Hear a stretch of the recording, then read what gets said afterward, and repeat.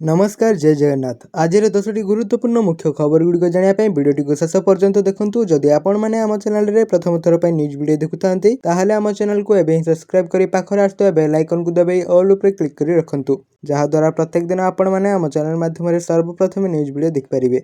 तेज चलतु डेरी नक खबर पर नजर पकाइबा। पुणी आसिला बड़ खुशी खबर। 1420 टंका खसिला सुना दर। रूपा दर में भी बड़ परिवर्तन। पुणी थरे खसिला सुना रूपा दर। देश में सुना और रूपा दर लगातार कमिबार लगी। जो भली भाव में हु हु होई दर वृद्धि पाउथिला ठीक सेहीपरि एबे 2 रु 3 दिन हब लगातार दर खसुछि।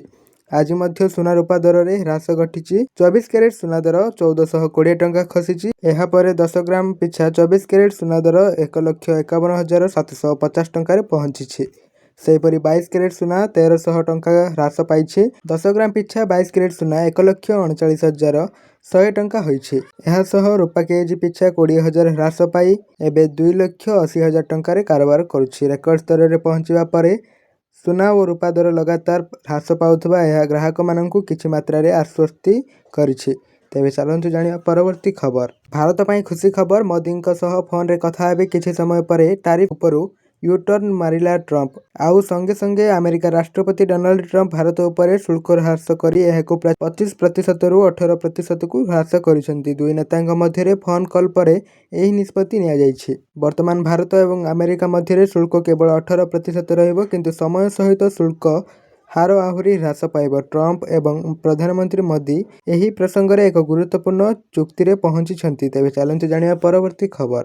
राज्य सरकारक बड़ घोषणा। मिलिब एडवांस दरमा। उपकृत हेबे लक्ष लक्ष सरकारी कर्मचारी। राज्य सरकारी कर्मचारी माननकु मास आरंभरू खुशी खबर देले राज्य सरकार। एणिकी मिलिब आगुआ वेतन।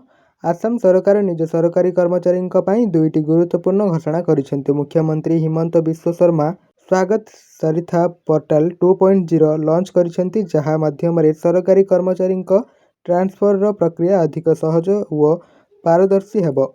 यह सहित कर्मचारी माने एडवांस सैलरी नेबार सुविधा मध्य पाइबे। अनेक समय रे कर्मचारी माननकु हठात टंकार आवश्यक पड़ी थाए। एही परिस्थिति रे सेमाने बेसी सुधरे साहुकार किंबा बाहर लोकंकु भरोसा करुथिले। एही समस्या को दूर करिवा पई आसाम सरकार एडवांस सैलरी सुविधा आरंभ करिसेंती।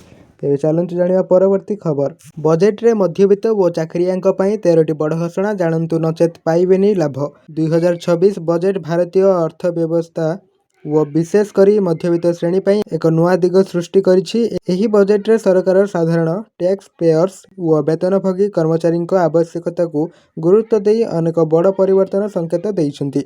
मुख्यतः आयकर प्रक्रिया को सरल करिवा पई नुआ आयकर अधिनियमर घोषणा एक ऐतिहासिक पदक्षेप। यह व्यतीत टिकस दातांक पई टीडीएस हार रे ह्रास एवं दुर्घटना जनित सहायता राशि उपरे टैक्स छाड़ भली निष्पत्ति मध्यवित्त परिवार को आर्थिक आश्वस्ति प्रदान करिबो। डिजिटल प्रक्रिया और पुरातन नियमर संस्कार माध्यम रे साधारण जनतांक जीवनशैली को सहज करिबा एही बजेट रो मूल लक्ष्य अटे।